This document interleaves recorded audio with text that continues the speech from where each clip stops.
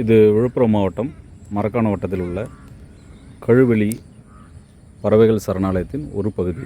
இந்த பறவைகள் சரணாலயம் சுமார் 50 சதுர கிலோமீட்டர் பரப்பளவு உள்ளது அப்படின்னு சொல்கிறாங்க. இது கிழக்கு கடற்சாலை பக்கத்தில் அதோட ஒரு சிறிய பகுதி தான் நம்ம இதில் பார்க்குறோம். இது முழு ஏரி இன்னும் தள்ளி பின்னாடி இருக்குது.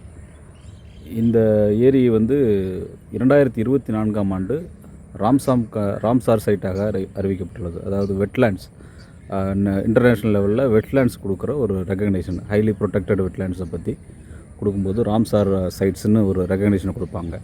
யுனெஸ்கோ வேர்ல்டு ஹெரிட்டேஜ் சைட் மாதிரி இந்த வெட்லேண்ட்ஸுக்குன்னு கொடுக்கக்கூடிய ஒரு உயரிய ரெகக்னேஷன் அப்படின்னு சொல்லலாம்.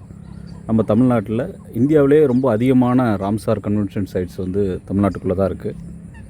இப்போ சமீபத்தில் இந்த கழுவெளி அப்படிங்கிற இந்த பறவைகள் சரணாலயமும் அந்த ராம்சார் சைட்டில் தமிழ்நாட்டிலேருந்து ஆட் ஆகிருக்கு. இதுக்கு தமிழ்நாடு வனத்துறையும் தமிழ்நாடு அரசும் நிறைய முயற்சிகளை எடுத்துக்கிட்டு அதை ஒரு உலக அளவில் ஒரு அங்கீகாரத்துக்கு கொண்டு வந்திருக்காங்க.